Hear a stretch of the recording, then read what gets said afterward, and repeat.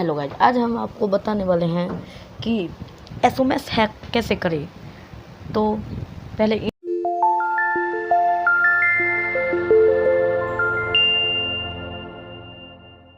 आपको गूगल पे जाना है।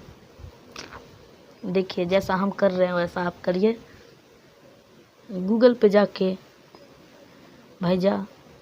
गूगल पे जाके आपको सर्च करना है एसएमएस। सर्च पहला वेबसाइट जो है उस पर क्लिक करना है और ओपन एसएमएस बूमर पर क्लिक कर देना है। जैसा स्क्रीन पर चल रहा है वैसा करिए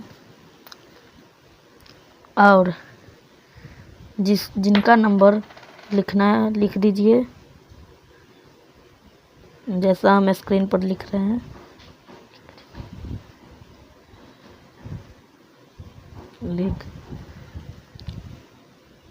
और जितना मैसेज भेजना उतना नंबर डिजिट लिख दीजिए। हम 23 भेजेंगे और सेंड पे क्लिक करिए। अभी तक जिन ने मेरा चैनल सब्सक्राइब नहीं किया वो जल्दी से सब्सक्राइब कर लीजिए। चलिए, thanks for watching my video.